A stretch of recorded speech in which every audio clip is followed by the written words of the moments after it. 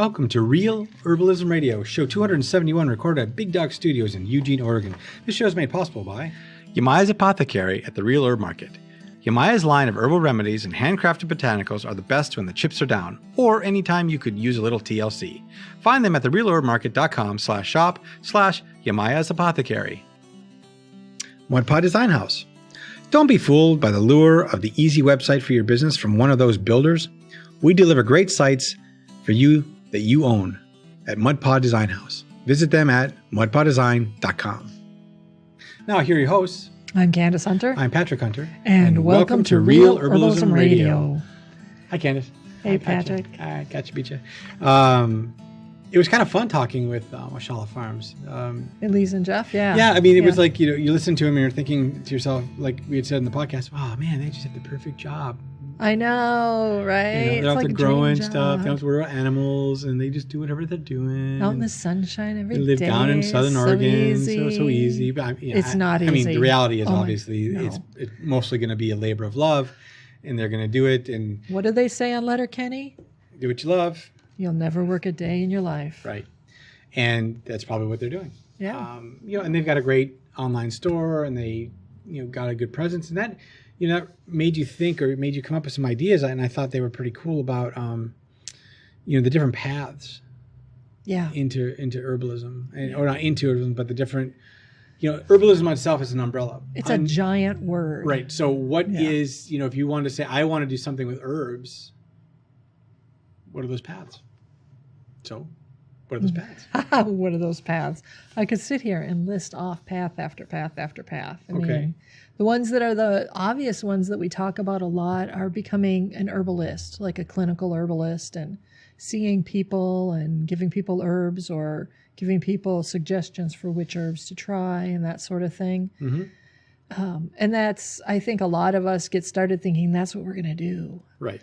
And that may be great for some of us, but just like not everybody's suited to being a doctor or a nurse or a practitioner of some sort. Not everyone wants to be seeing patients, as it were, even though we can't legally call them patients. But, Yes, I understand. I'm trying to be careful with language because, yes, I understand. Language can get you in big trouble. But there's so many other avenues. I mean, one of the things that I looked at early on and didn't end up deciding to do because I wasn't suited to it as directly, I think, as I would have been better, is being an herbal maker. So someone who makes products and medicines. And I mean, I use the term herbal maker because I'm trying to really get at the idea that's a wider base than just making medicine. Medicine is big, and there is a huge range of medicines that you can make, tinctures and oils and topicals and that sort of thing. But it always suggests a malady or a condition that you're trying to treat. Yeah, you're fixing something. Yeah, like you're fixing something that's broken. And that moves back into the whole modern medicine paradigm with pharmaceuticals and drugs and all of that. Yeah. And the reality is that an awful lot of herbal makers make things that are helpful for preventing illness, preventing problems. Fire cider is one of the more obvious ones. It's a vinegar that's used we talk about it as a medicine, but it's really about preventing illness from happening in the first place. It helps to stave off, bacterial infections and quell, simple viruses like cold and flu and that sort of thing. But you get into other things that are more complicated, like skincare, for instance. I mean, some of the formulas that you use for skincare are really complicated, but they're not about creating a medicine to fix. They're about keeping what's there healthy and supporting it. Yes. Like, for instance, as we age, our skin becomes thinner and it's less elastic and it has less oil. It can dry out. Yes, as I'm looking at my far, I'm going, oh, I need some herbals on that too. Yeah, exactly. And there's so many herbal makers that make products that are specifically designed for skincare or for beauty. But it isn't just beauty, it's about health. Yeah, I mean, especially when we look at, the herb market, where we have quite a bit of those products there. There's hair salves, there's skin salves, there's hair care products, there's even beard oil. I mean, there's so many things that are part of herbal products. That herbal makers create for you that are beyond just the internals. And like you said, for a malady, something that's hurting you, herbals can be used for preventative, for taking care of, and for helping to fix. Yeah, exactly. So that's why I've been using the term herbal maker instead of, herbal products or remedies or, home remedies as much, because herbal maker seems more right to me. So, you got folks like that, but there's also a whole variety of people who know a lot about herbs and herbalism that ranges beyond that. I mean, obviously farmers, wildcrafters, people who gather and prepare herbs that are not in formulation, but that are the single herbs so that you can then use those in your formulas. Folks like, Jeff and Elise. There's also people that do things like teach primitive living skills, which are essentially like we're going to drop you in the middle of the wilderness and all you've got is a stick and a knife and if you're lucky, a tarp, or a ball of string and survive. Those that's the extreme side of, that kind of thing. But primitive skills are about tracking and being aware in the woods or in the wild places and recognizing even in urban spaces what plants are around you and how you can make use of those for whatever you might need, whether that's food or medicine or, prevention, luxury. Mm-hmm. Well, and the other facet, in herbalism and herbs is being a grower like they are. And, they've chosen, to grow quite a few things and then deal with, creating strains and stuff that grow well on their farm, and that got us thinking as well, growers are this whole other aspect. Without the growers, you don't have the herbal products because you don't have the herbs, per se, right? Yeah, well, it makes it a lot harder. Oh, Then you get into places like Anna Rosa in Iceland, where she's got to go out, find everything that she's going to use. So she's sourcing everything from her wild community, and then she's doing all of the making herself. So she's an herbal maker, but she's also a wild crafter and grower. Mm-hmm.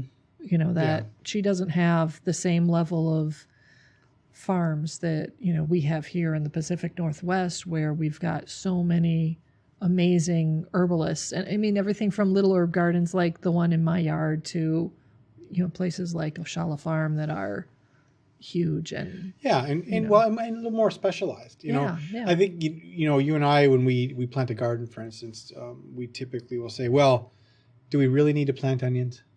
I mean, we can buy onions at 79 cents a pound, organic onions at 99 cents a pound. Is it worth it? Carrots, organic carrots, 2 pounds, for $5. Right. And we'll get these carrots. So is it worth it to us to plant those crops versus, asparagus or, heirloom tomatoes or, any of the harder to grow, more expensive produce at the market. Right. So same thing with with our herbal side. If you're going to come up with an herbal grow for your place, let's talk about the low-hanging fruit. Mint family, massively easy to grow. Right. You got to be careful. You can't just throw a seed and then hope, because it'll grow everywhere, and then you'll have a mint farm. Oh yeah. But the point is that's easy to grow. So why would you go spend money for it? It's very easy to grow. Yeah, go to Oshala Farms for the stuff that, or whatever your favorite herb farm is, for the stuff that doesn't grow in your area, for the stuff that you can't grow because your space is too small, or exactly. So right. So if you're going to grow, or you're going to do herbs and do your own thing, you want to grow something, grow the things that are easy for you and don't really, they're easy to get, versus like with the Oshala, where you're going to say, I'm going to get these specialized stuff, this more herbs that are grown for medicinal reasons, I guess I would say. Medicinal or magical purposes. That's another one. I mean, that's another one. That's a whole nother career in itself, is moving into the magical and shamanic, and does a lot, the spiritual element or aspect of working with herbs and plants. And Oh yeah, I mean, if you think working about it, with like clients, when you do a smudge stick, or you do a sage, or you do whatever, those are all ritual, and they're all using herbs to do that. It's also amazing to me. People will go to the store and they will buy something from a major not pharmaceutical, major commercial care manufacturing like shampoo and skincare and all that stuff.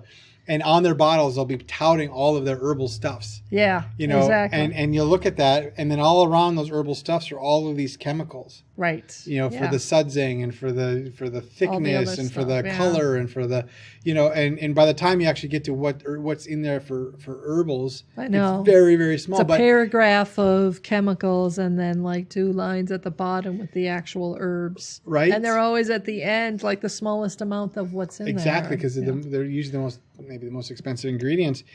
And yet people will buy those and think, oh, these guys know what they're doing. Yeah. And I mean, if you really want really good crafted herbal products from herbal makers that know what they're doing, I mean. Oh yeah, there's a series of lotions that I bought, and they're made by a small herbalist maker, and each one is infused with Reiki energy. And when I first bought them, I chose them because I was like, oh, these smell nice, and they're very basic elements. Is that the rose one you put on? That's one of the ones. Oh, yeah, okay. There's 3 different smells, 3 different ones, but the thing is that when I first put them on, I was astounded by how different the feeling of that lotion was from any other lotions that I've had or had at that point. And certainly it was much more, nurturing. And the one that I happened to be using was Earth. It was the name of the lotion. So it was supposed to be grounding and nurturing and all of that.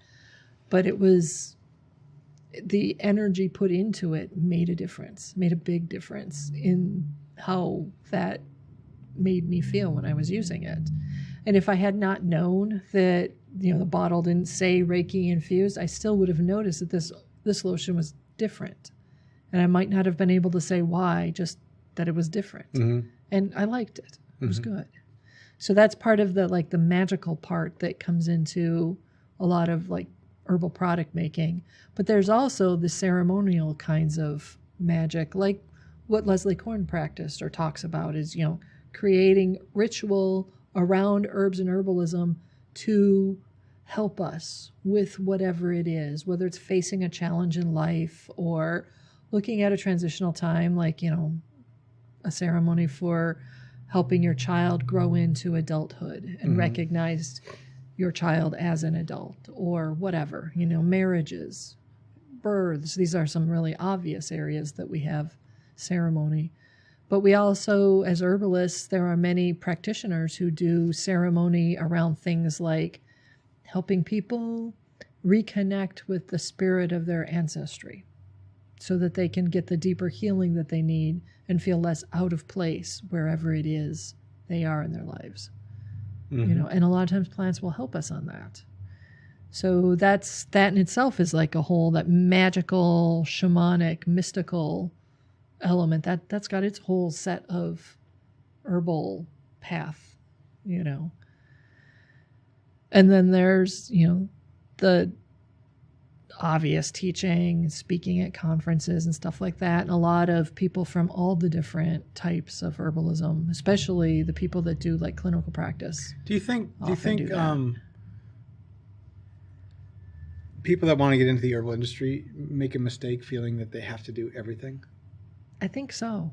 I think it's hard to not, because we have this myth of, it's like the starving artist myth. The starving herbalist myth seems to be a part of the lore around being an herbalist. It's that you can do this for the love of it, but somehow if you make money at it, you should be ashamed, or only the few chosen get to make money at it. Everybody else has to struggle. Right. I mean, I've heard that. I've seen a lot of herbalists living that.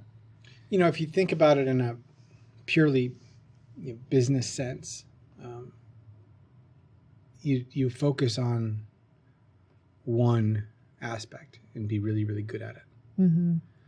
And I find myself getting into that sometimes, to where there's the opportunities to make some money somewhere, and you get sidelined or sidetracked on that idea that I'm going to make this money over here. And really it's just making a bit of money instead of saying, no, that's there. Yes, I could do that, but that's robbing me from over here. And I need to focus on this.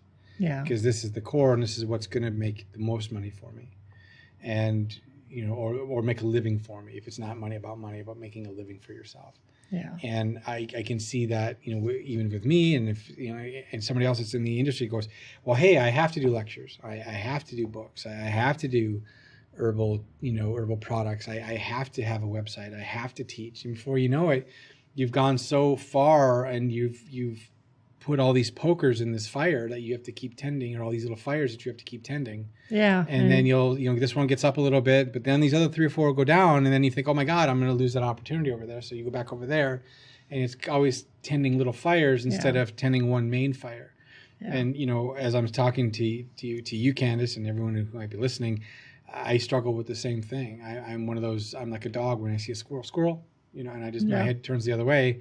And I'm even dealing with that in my own personal life, is, how to focus on what is the best way for me to move forward and not get sidetracked by the shinies that are over here, and that's a life lesson. That's really hard. And, and it's hard not to go down that temptation, but when you think about what you want to do as an herbalist or anything else, is that the thing? And if it is, then you focus there. Don't get overwhelmed with feeling that the only way I can make it is if I do all of these things.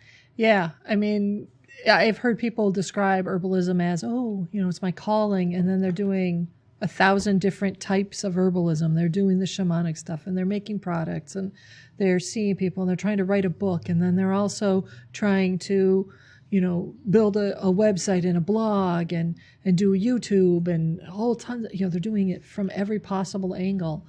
And their calling apparently is to exhaustion. I mean, you can't sustain that without a really healthy team. And to get to the point where you have a really healthy team, like someone like Rosemary Gladstar has, you have to have focused yourself in the beginning. Right. And that was something that Jeff and Elise talked about, that they themselves, even knowing that their calling is farming, and they're going to farm, and their farming is going to be herbs. And they've already decided they're not going to have animals as a part of their farming paradigm. Okay, great. You'd think, okay, great. It's simple. It's obvious. And even then they said, they get the lure of, we could get this really big, account with this company or that one or whatever that wants to pay us all this money for this product. And does it meet our mission? Right. And that coming back to, what is your mission? I mean, what is your mission? That's an important question to answer. Yeah, that was thrown around in the 90s a ton. And early 2000s, the mission statements, and everybody had to have a vision and a mission and the stuff. 3 values. And there's value in that. Yeah.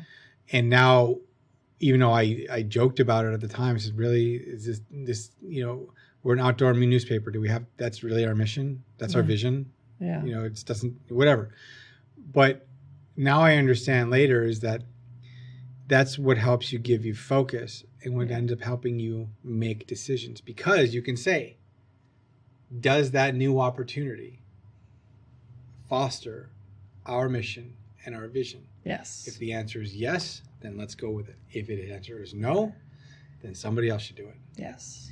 And that's the hardest thing in any business, in any endeavor. Yeah, saying it is. No. Saying no, especially when the opportunity before you looks like it could be so lucrative. Right. And especially when you've said no in the past and then watched somebody else, who may not even be someone they may be no connection, but they had the same opportunity and they went with it, and now they're millionaires. Yeah, and you're back going, I could have done that. Yeah. But the thing is that you couldn't, because it didn't follow your mission. We're excited to announce that Silver Creek Springs is opening here at the Real Herb Market.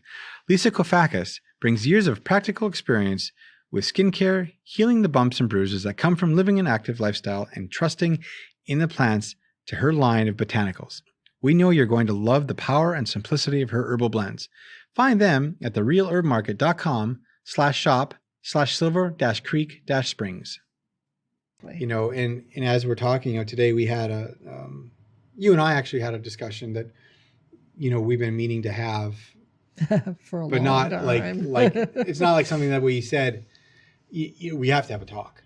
No. Let's sit down at noon and talk about our future.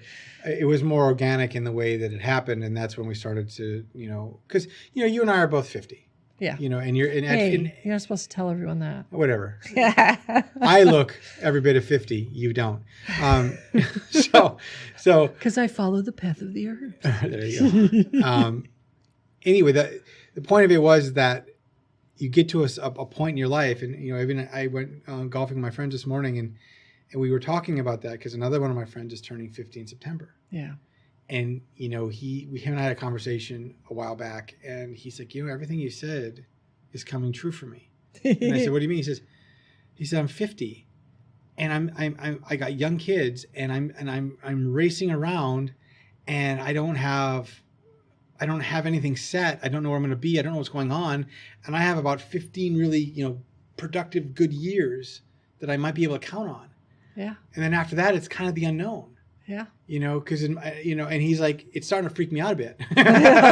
Right. So maybe I'll be seeing him running around with a Corvette in a couple of days. I don't know. But the whole point is that we get to this age, and that's when we start to really say, okay, I got to do this, or I'm not going to do this. Yeah. It's like when we decided to move to Oregon. The issue was at the age we were at 30, early 30s, and we said, okay, if we don't do this now, then we'll never do this. Because the time we hit 40, I was not, at that point, I'm not moving.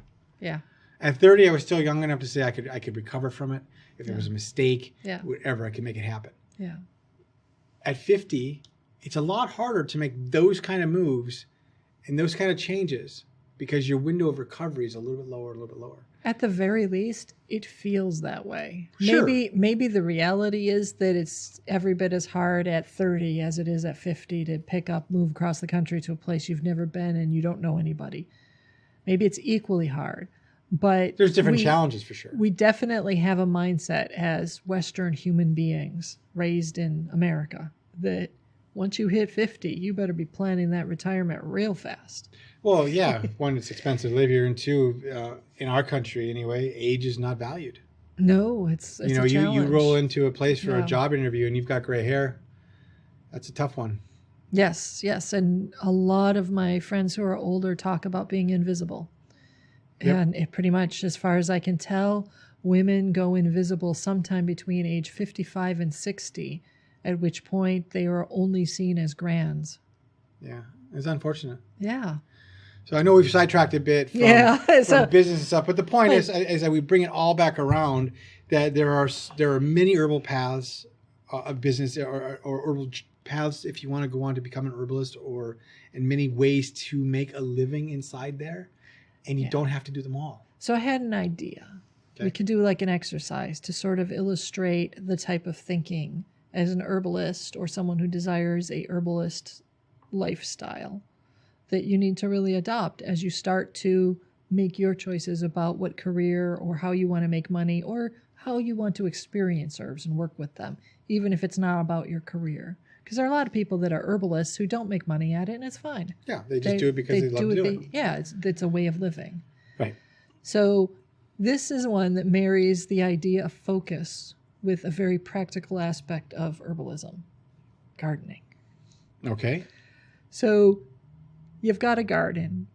It is whatever size it is. Some of us have the luxury of several acres, and other of us have like 2 pots on the back patio, possibly in the shade. It's a wide range. But you know what size you have in your garden. You know what space you've got to work with. You can go out and stand out in the garden and see, is there sunlight? Does it get rain? All of that, those things. And you can choose your herbs that you're going to grow based on those things, which you should. But there's another element that you can think about, and it was one that you hit on earlier, which is how expensive is it to get the herbs that you're interested in? Which herbs should you grow at home? Even after you've eliminated everything that doesn't fit the space that you already have, you still have a wide variety of herbs that are potentials. Mm-hmm. So how do you choose which ones to grow and which ones to source from somewhere else? And You're asking me? I'm telling you that this is the exercise that is a very practical one. And there are things that you can think about when you're doing it. What should I buy and what should I grow? Is the question. Right. So if you, Patrick, were trying to narrow down which herbs you should buy and which you should grow, what are some of the factors you might consider? Probably ease of propagation for me, because I'm not someone that's going to ritualistically tend the garden. Yes. So I would want plants and herbs that like to be ignored a bit. That's an excellent one. And people who are beginners and haven't done a growing of a lot of herbs are wise to choose things that are likely to grow pretty easily with a wide variety of care. Tolerant and, a little bit of this, a little bit of that. And I would, and for me, because I like to cook, I would probably do more culinary herbs for me. Right. So that's what would be a lot of, and culinary herbs oftentimes are expensive. Parsley isn't necessarily, but rosemary, bay, thyme, oregano. Any of the things that you get in those little plastic containers. Yes, in the ridiculous plastic containers. Yeah. Yes. So those are all really good choices. They're also all plants that are very drought tolerant and resistant. And, right. And besides, and they take a wide variety of, they've thrived even in my garden, which I don't do a very good job of remembering to care. They thrive so many spots. Yes. I love my volunteer oregano. I hunt that out. We had spaghetti the other night. I went to hunt out the oregano that's growing in the worst possible part of the lawn. Oh, yeah. Oh, yeah. Because it was the most potent. Because it does well. And the mint family. Right. Which a lot of those herbs are. Sage, rosemary, I think is, if I remember right. A lot of them are the mint family. And the mint family tends to grow well in a whole lot of conditions. Oh, yeah. I mean, one of the things I love about our little area is like, we have wild growing lemon balm everywhere. Yeah. We don't have to actually plant it. Yeah, we haven't seeded it. It just is there. And what I love about it is that every time you walk by it, it's just this blast of lemon. Yeah. I love that. That's lovely. Refreshing. It's really refreshing. Anyway. Another thing that I thought about when I was thinking about this question earlier was flowers I was thinking about, what are the parts of the plants that you harvest? Like flowers are really, you need to harvest them and dry them just right. You want your flowers to be vibrant. So like calendula that you buy in many commercial settings is orangey yellow-ish with a tinge of that sort of brown semi-lifelessness. Mm-hmm. And if you've actually grown even just a single calendula and dried just one flower, you can see that when it's dried, when you do it, air dry it at home, the color is so much more vibrant. So a lot of times flowers are that way, where if you dry your flowers at home, you're going to end up with a much better herb than if you buy dried flowers. Sure. So flowers are a good one to grow for it. So like calendula and chamomile and yarrow, those are 3 really good examples of flowers that are fairly easy to grow and that you can probably dry yourself better than commercial growers are going to be able to. So that would be a good one for growing. Roots, on the other hand, are oftentimes ones that I would say get those from a farm like Oshala Farm. Mm-hmm. They have the space and they're willing to devote the time and energy it takes to grow those roots, especially a lot of the traditional Chinese herbals. Those roots are ones that do literally require 3 to 5 years before you harvest them. Mm-hmm. That's a lot of time. Yeah, you're not gonna grow burdock in a container garden typically. Right. Yeah, exactly. I mean, some of them like burdock and dandelion root you might be able to find, and people around your local farmers might be like, "Yeah, please take that. Right. We're happy that you came to dig this up and take it away." Right. But when you start getting into things like Romania root and peony root, those are things that I personally, if I'm going to grow peonies in my garden, I'm growing them because they're beautiful and I love them and the flowers are edible and I can enjoy them. And I'm unlikely to want to dig them up and remove them. Right. Because I don't have a big space for peonies. I have maybe 2 foot by 1 foot, so, the length from the tip of your middle finger to your elbow, and then twice that in the other direction, small. And if that's all the space I've got, I don't want to grow that for 5 years and then rip it out just so that I can harvest the roots and start again. Yeah, no, exactly. So it makes, like you said, it makes sense to really assess your situation and what you have and what you want to do. Yeah. So roots and bark is another one. Bark is another one that I've thought that might be better done with a farmer, because a place like, Jeff and Elise, they know how to take care of their trees. They're going to know how to take care of their trees, harvest bark and twigs responsibly, and make sure the tree survives and does well and thrives. Harvesting bark is one of those things that you really should know what you're doing. You don't want to harvest bark from young trees. There's a lot of things that you can do that's really bad. It's important. Timing is important. How you harvest it's important. Just being responsible and caring to the life of the tree is really takes knowledge. It takes skill. So that's one of those things. And trees are big. Yeah. And it depends on how much bark you need. But, if you're making something that requires, regular amounts, like you're going to be making a lot of whatever it is. You're making a lot of, excuse me, tincture for pain relief, and therefore using a lot of willow bark and possibly a lot of other types of barks. That might be something that would be better off if you purchased it from a good, responsible farm rather than going out and harvesting from your own land or even trying to wild harvest, because you're going to want a higher quantity of it potentially, which means you are taking from an environment. And if everybody's taking from that same environment, the trees will die. So buy from the farmer. Let them manage that, Yeah. Did you have some other ideas? No, I think you kind of covered it. I think just assessing what area you have to grow, choosing the best possible herbs for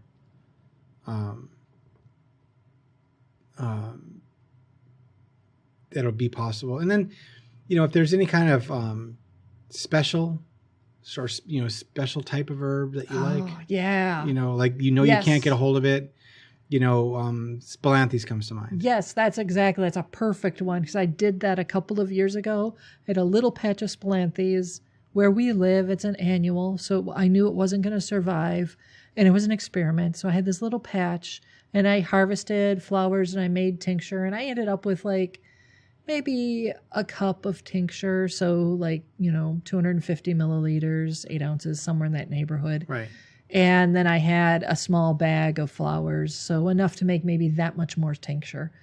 And I don't really have a lot of call for spilanthes. We don't have a lot of aches and pains that pop up. Spilanthes is really good for numbing. It's called toothache plant because it's often used specifically for pain revolving around the mouth. Right. So, but it's not something that my family experiences a lot of. But I have had a couple of people ask. So I just this week, someone that I made a toothache formula for a couple years ago. 2 years ago, yeah.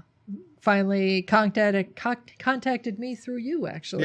Yeah. And he said, hey, you make more of that stuff. Right. And so exactly. And so, yeah, I whipped up that little batch of that, just a total ounce of the formula, which used up almost, I've got one more batch of the spilanthes stuff left, but I grew it that 1 year. It was a fun little experiment.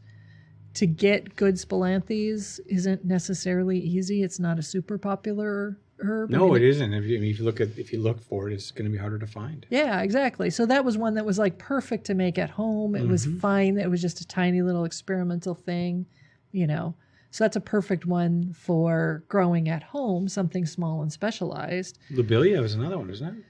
Yeah, that's another one that I experimented with, and I have just a tiny amount of tincture from that year of experiment. And it's not one that I use a lot of.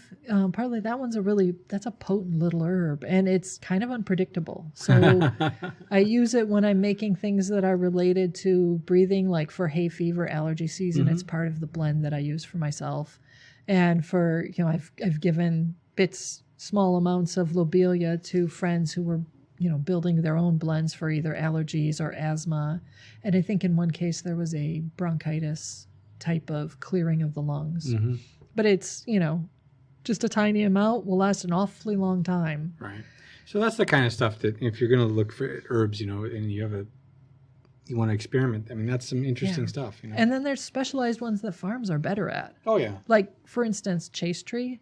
I mean, chaste tree is not a huge tree. It's actually a fairly small one. It's like the size of a dwarf apple tree. But the number of chaste berries you get off of that thing is phenomenal.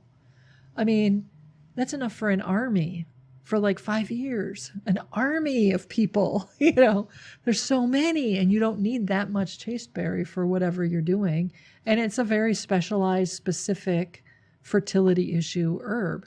So maybe don't plant chasteberry on your own property or in your own garden unless you happen to have a really huge need for it. Maybe buy that from a farmer. Ginseng's another one where it's not really... There are some people like Phyllis Delight who comes from a tradition of harvesting ginseng, wild harvesting. Right. And they have made a relationship with the land and the space that they're in and all of that. But for the most part, a majority of us should not be looking for ginseng in the wild. We should be either buying it or growing it. Mm-hmm. And growing it's really, really tough. That's a super advanced herb. So for most of us, something like ginseng is better off to purchase that. And if you're an advanced gardener and you want to give it a try, by all means do. And maybe try it in honor of increasing the spirit or feeding the spirit of ginseng in your area or connecting with it, rather than, hey, I'm going to grow this ginseng so I can use the root as medicine in 5 years. Right.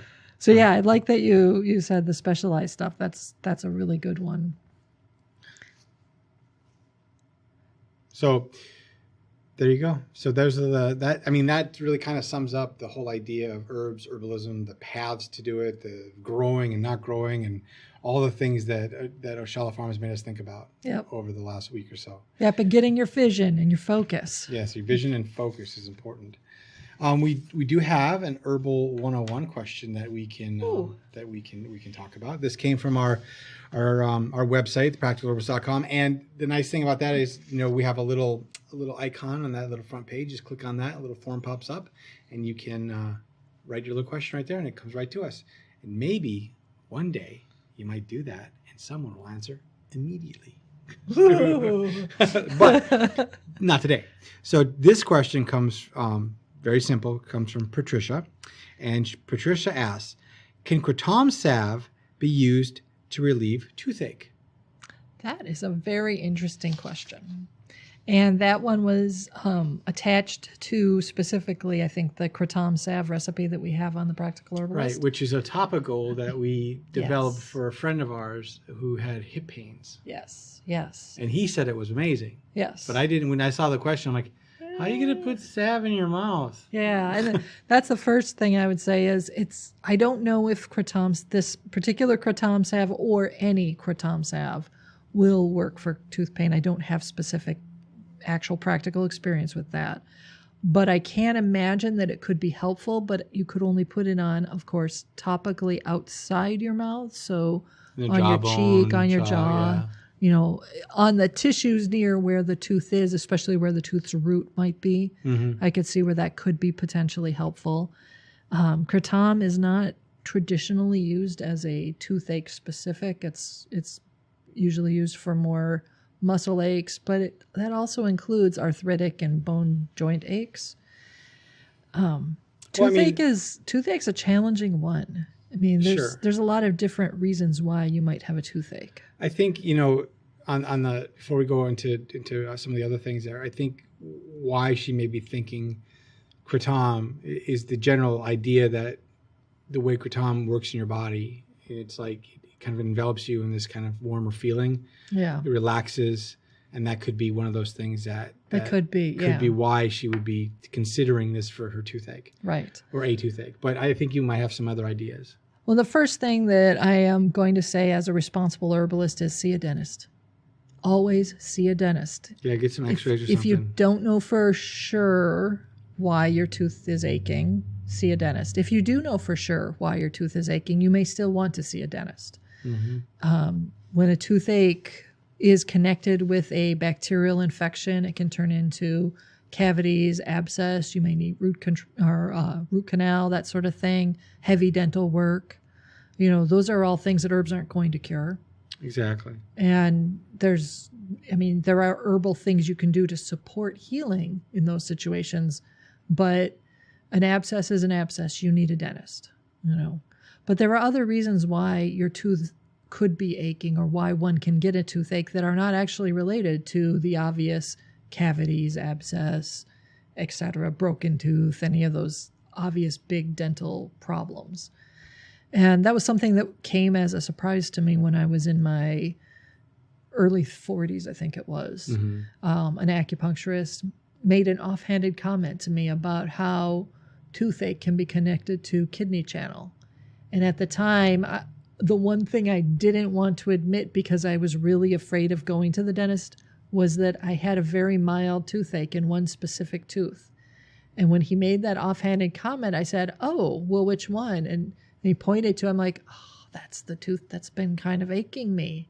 Interesting." And I mentioned it to him, and he included that in the treatment. And sure enough, it took care of the toothache and the other associated parts of that pattern. So toothache can be connected to things like the kidney channel. There's also something with stomach fire rising and wind heat. And I'm not familiar enough with all the various patterns associated, but if you have a toothache and you've seen the dentist and the dentist says, "I don't know what's wrong with it. I can't see anything wrong. There's nothing on x-rays, whatever."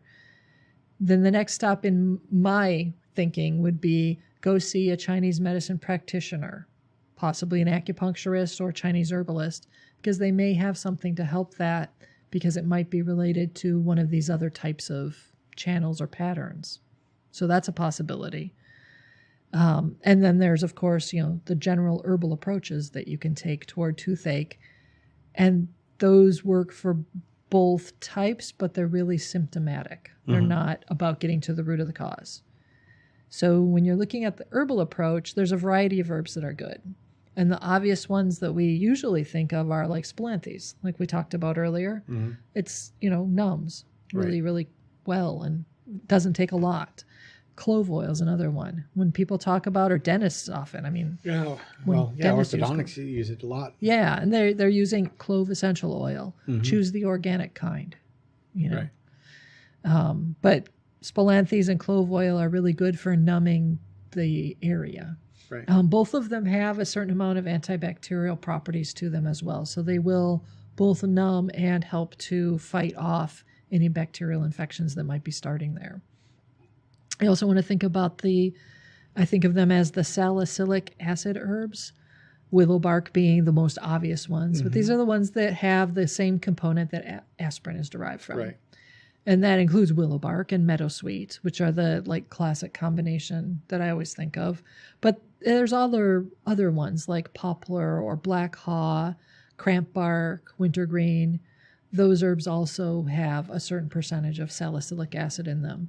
So any of those paired with a little bit of clove oil or some spilanthes can be helpful for handling the pain portion of it. And then as an herbalist, I would also say, you want to consider adding some antibacterial herbs to your blend. So things like Oregon grapefruit or golden seal. I tend toward Oregon grapefruit over golden seal because golden seal was over-harvested. And while it's, I don't think, still endangered, Oregon grapefruit grows with ease and prolifically. And you can get it commercially easily. So I'd say go for that if you can. Calendula, myrrh, echinacea, sage, coptis, these are all antibacterial herbs that are really good and often included in, toothache blends. On the Practical Herbalist, we've done a couple of different things where we've talked about dental health and herbal care for dental health.